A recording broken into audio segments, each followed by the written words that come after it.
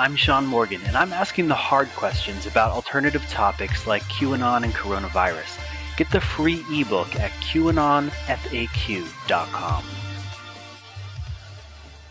Don't you feel like giving back to the heroes who risk their lives every day to make the world a safer place? I mean, the military, the police, the firefighters, the first responders, they don't get enough respect or gratitude.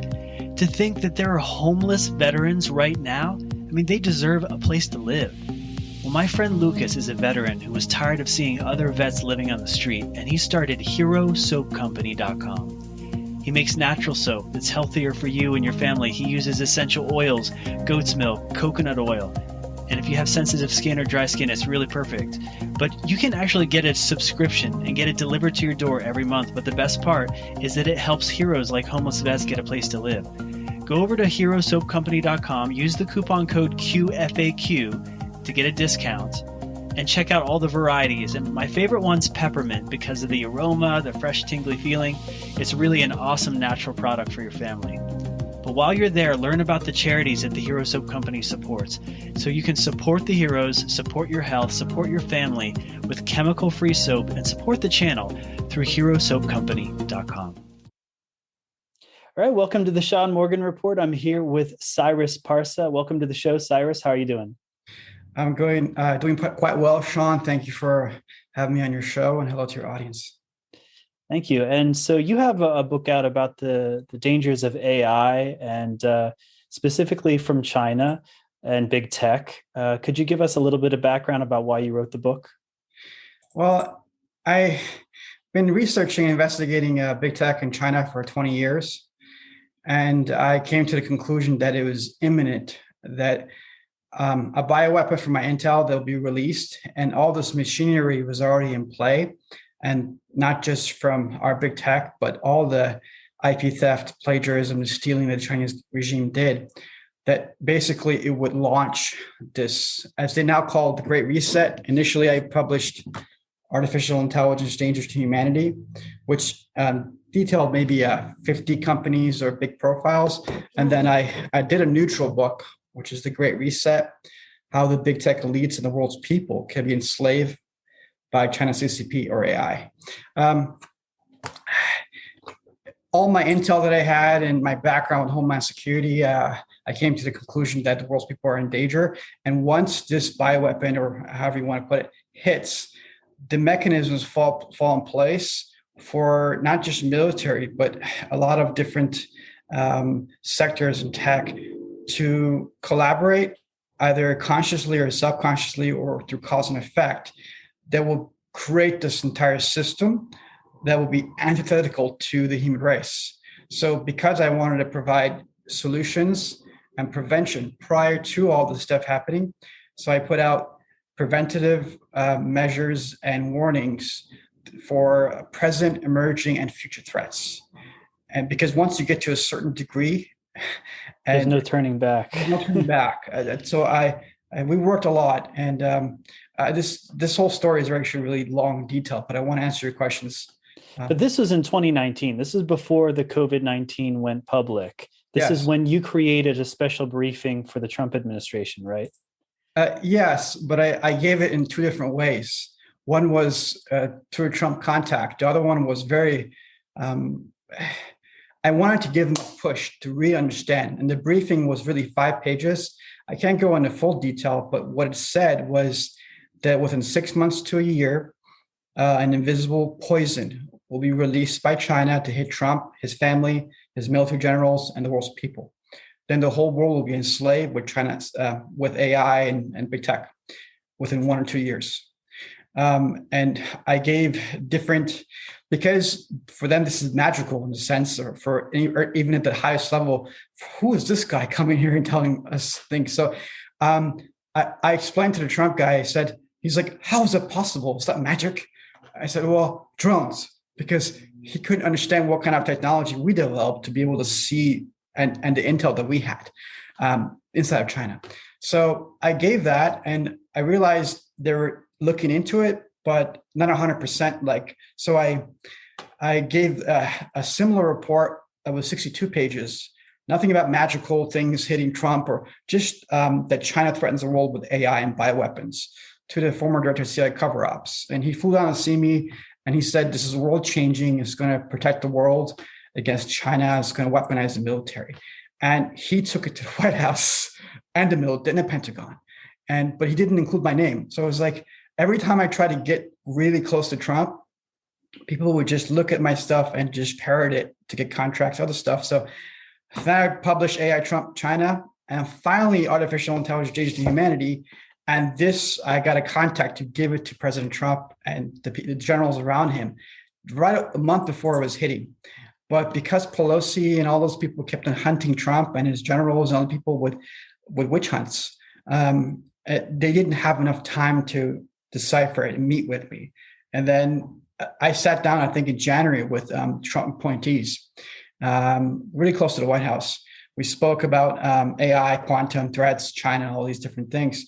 But it's just very, very difficult to get to mobilize everyone to really say, yeah, the world's in imminent danger from China.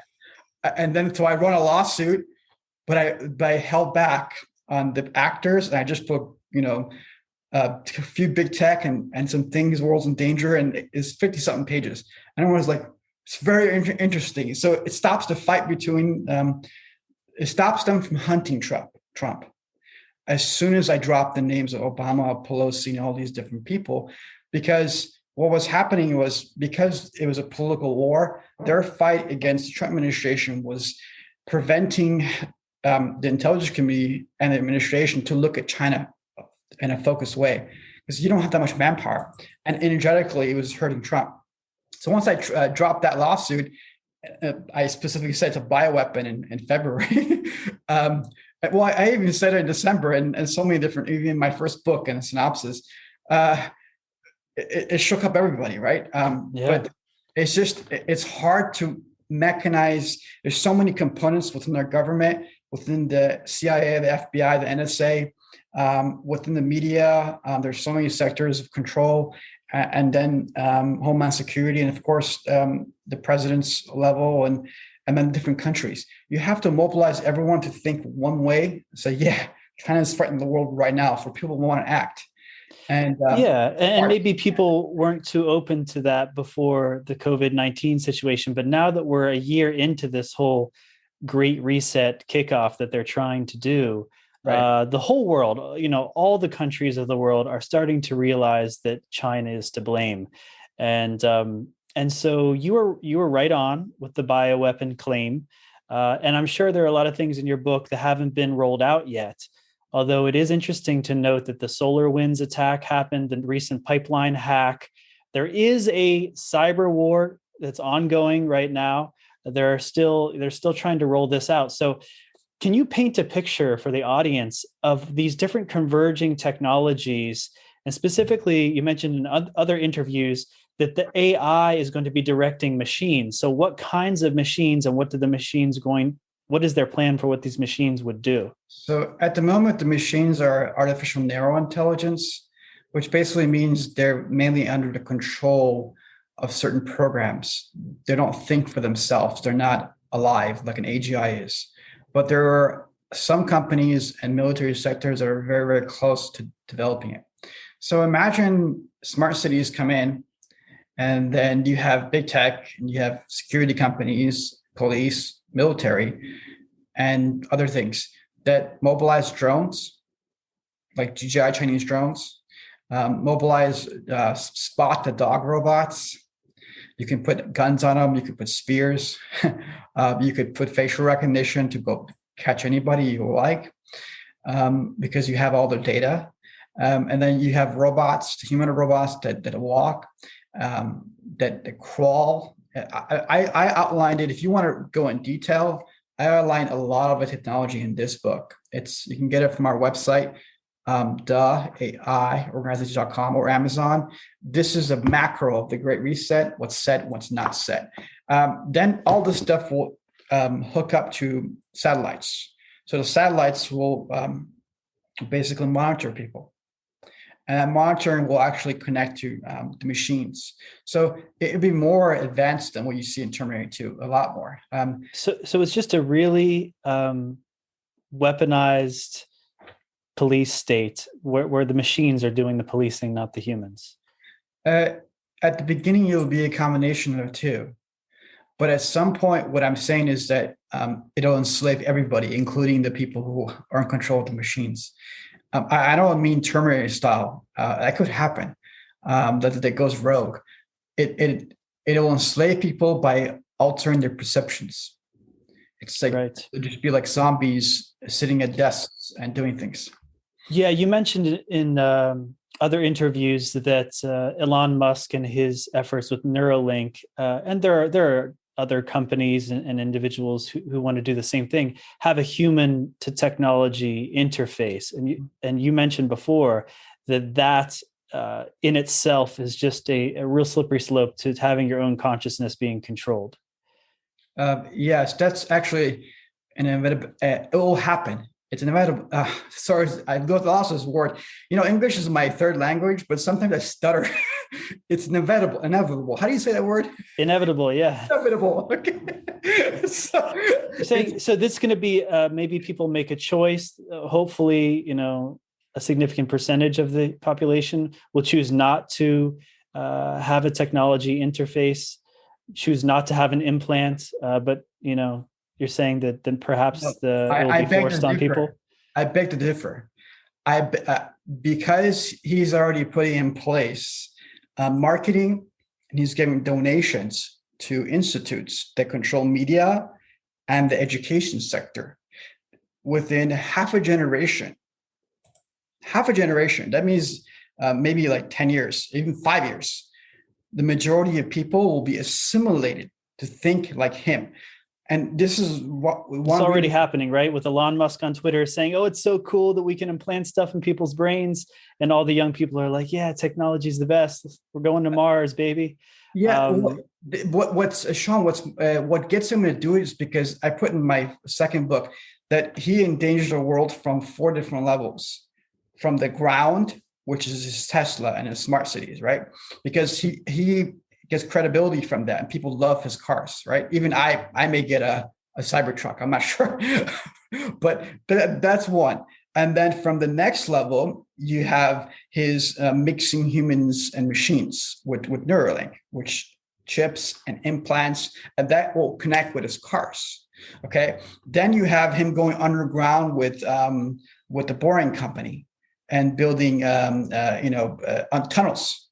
Okay, that's 3. Then you have him doing going to Mars. That's 4. Then you have satellites in 5. Then you have him working with the military, all this anyway, making like the Jetsons. That's 6. There's actually more I haven't released. But think about it. So basically, he is interconnecting. If he's not in control, he's getting other people to control things. But the thing is, if it wasn't Elon Musk, it'd be somebody else. There's always somebody that gets control, who can be in any position. It's greedy people everywhere that just want to make money that enable things like this to happen.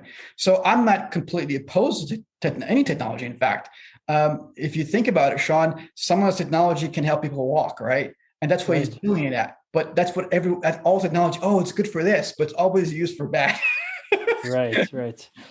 Okay, so now that I have an idea of what the plan is, and they're already kind of halfway there in China with their surveillance state and their firewall and their social credit system.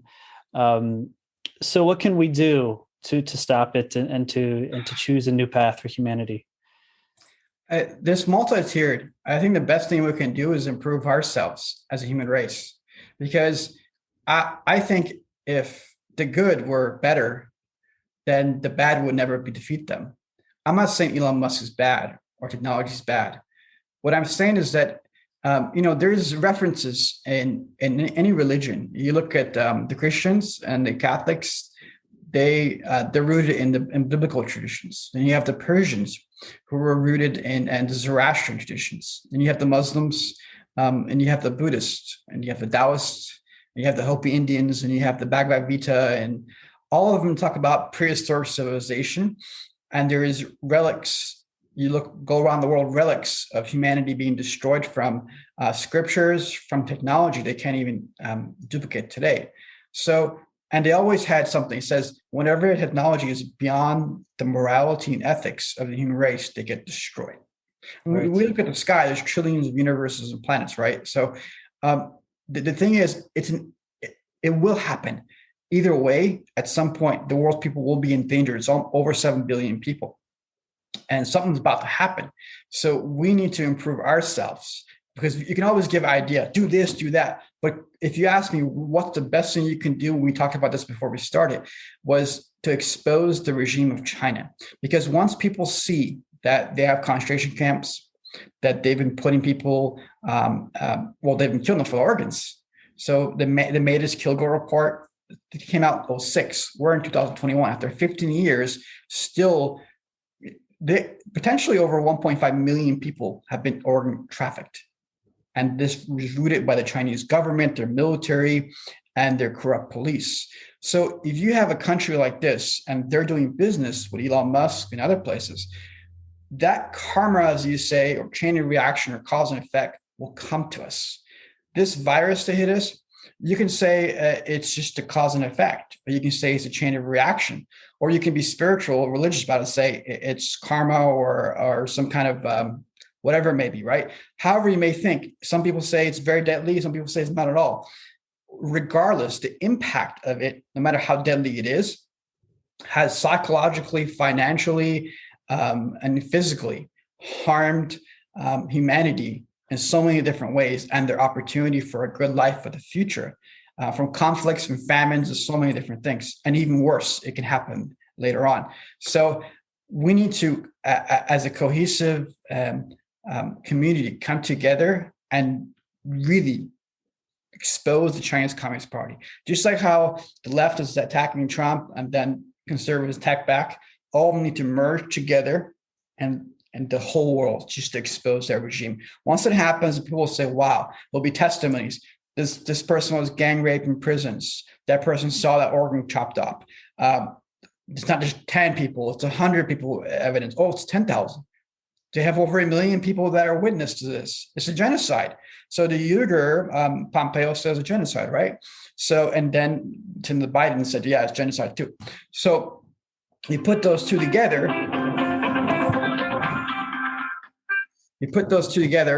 and then you have a weapon that will counter everything. Because I believe China is like the big dragon, and the tentacles it has connects to a big tech and everywhere else. If they're not controlling people, they're causing wars or conflicts through proxy and psychological warfare.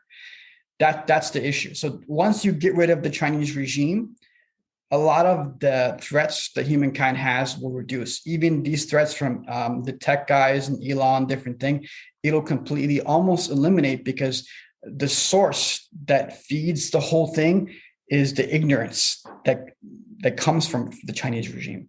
People's hearts will change. People's minds and values will change. So, well, if this thing's happening in China, maybe we should think twice about all this tech stuff we're doing.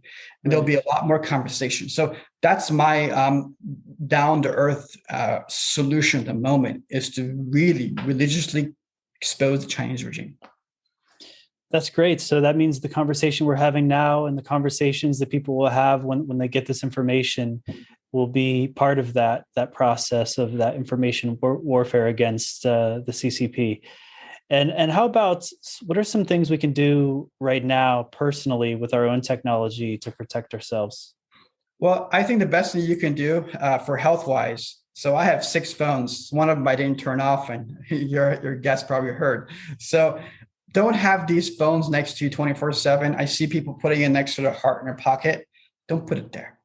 I see people always having it next to their body. You're going to bed, you're sleeping next to your phone or 5 feet away. If you really want a phone next to you to be able to get to it for emergency when you're going to sleep, put it 10 feet away. You know, you don't need to have it right next to you. And every second looking at these phones, they're addictive. It's not just physically, it's harming you. they're making you addicted to it. And then you're psychologically controlled by the messages on the phones. So later on, you can be put in a state of your perceptions being altered without you knowing. So it's like you're already enslaved. So the best thing can do is reduce your amount on social media. Most importantly, by using this technology. Human beings, in my opinion, and a lot of wise people and spiritual people are made in the image of the Creator. So we're supposed to be noble and good and use our wisdom and have free will. So if we're supposed to have free will and we're always being attached to these, this is taking away your free will by the algorithms that are designed by the big tech and the way your phone is programmed through proximity sensors that actually attach to your electrical field. That's one. And so get it physically, get it farther away from you. That's going to be a good step in the right direction. That's big. Yeah, I can give you a lot more tools, but it's just if you start with that, because it has to do with you owning your mind. It has to own your and your energy body, right?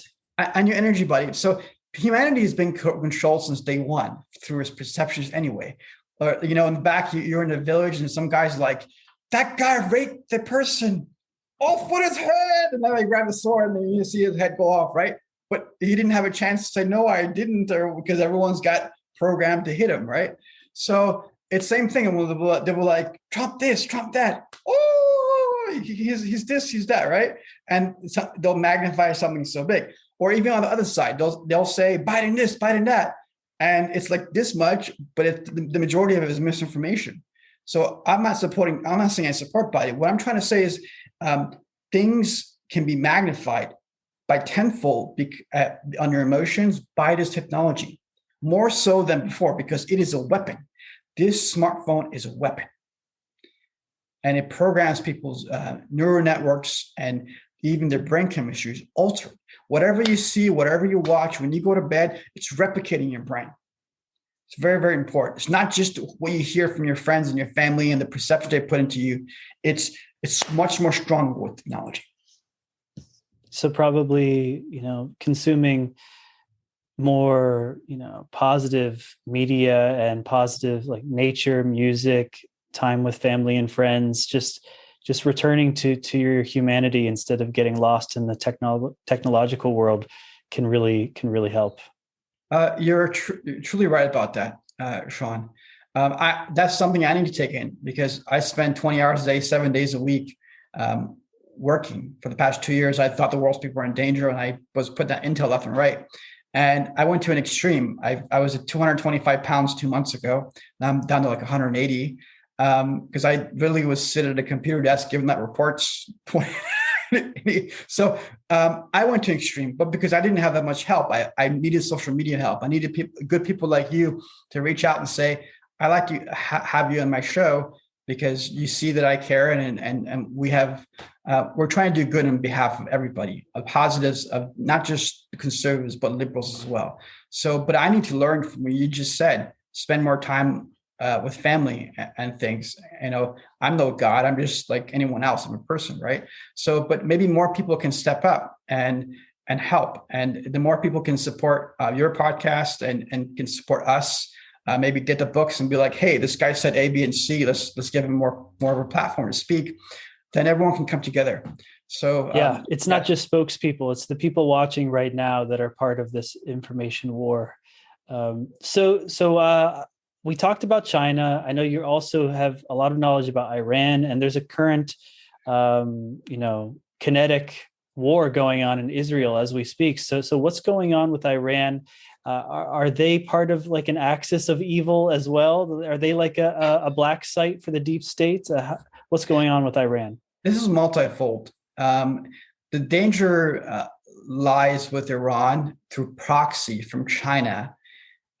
Not just when the Trump administration is in power, but also the Biden administration. In a sense, it may be more dangerous now than before because we appease them.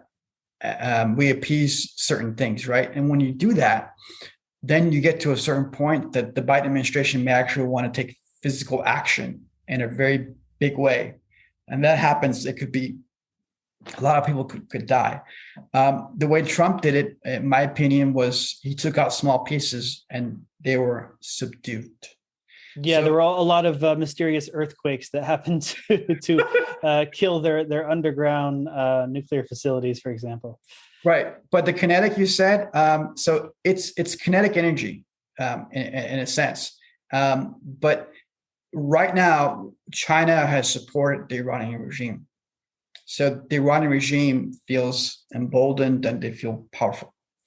And then, of course, they hate Israel, and Israel hates the Iranian regime. Although the Israeli regime, a lot of their head officials, military officials, defense contract, defense heads are Iranian born, or Iranian, their parents were from Iran. So they're actually Iranian Jews. So they don't want to blow up Iran because they have also the Persians freed the Jews from Babylon. That history goes back to Cyrus the Great.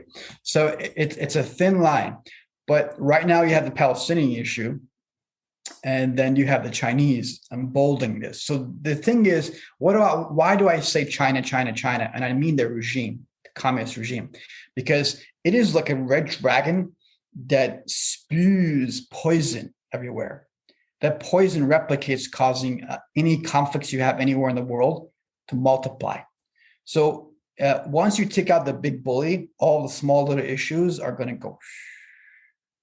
Does that make sense? And yeah, it does. I mean, they have the financial warfare that they're carrying out, and that's how they are emboldening the Iranian regime. I saw they were basically willing to bankroll all of the infrastructure of the entire country of Iran. That's a lot of money, and so that gives them a lot of power. You're right. But unfortunately, they will take over Iran if they continue that way, because the Iranian regime doesn't care about the Iranian people too much. They care more about their power. And the Chinese regime doesn't care about Middle Easterners or Iranians, period, or even Americans. They're very, a lot of people call white people racist, but the Chinese regime is the true racist. They hate white people. They hate Middle Eastern people. They hate Black people. I live in China, and the type of racial things they say about white people, about Black people, about Middle Easterners is horrific. The regime. So if they consider human beings as animals and insects and rodents and apes and monkeys, if they do that, once you build the infrastructure in Africa or in Iran or Europe, that means you want to take over animals in 10 or 20 years. To them, they're like livestock to you, or even worse. And that's how they treat their own people. In Hong Kong, they were calling Hong Kong people roaches. They're military, the security apparatus. My intel in Hong Kong was telling me that, Cyrus, you're right about the regime, because they're actually doing it to Hong Kong people. They do it to the Falun Dafa practice, Chinese meditation practice. They do it to Christians, house Christians, Tibetans, the Uyghurs. They equate them to animals. So that's why this communist regime is truly the word evil is thrown out a lot in history, but I would say the root of evil is there. Did they make what happened in the Holocaust or in Russia to the Christians, or what the Mongolians did around 800 years ago? Absolutely nothing. That's how bad they are. Who's going to be chopping you up for organs after they rape you? What kind of regime? What kind of people do that? It's a very, very dark energy with them. And in the 20th century, they killed more people than any other regime. And we don't even know the official numbers. So it's amazing we still have the freedom to talk about this because there's been a censorship effort. But while we still have the ability and the right to discuss this topic, we're going to spread the word, because that's the only thing we can do to stop what's going on. So thank you for your efforts, Cyrus. I'm going to put a link in the description below where people can find your book and your website. And thank you so much for your efforts for humanity. Well, thank you, Sean, for having the courage and the kindness to invite me on your show and having a nice discourse. And thank you for that. Great. God bless you, Cyrus, and God bless our audience. Bye-bye. God bless.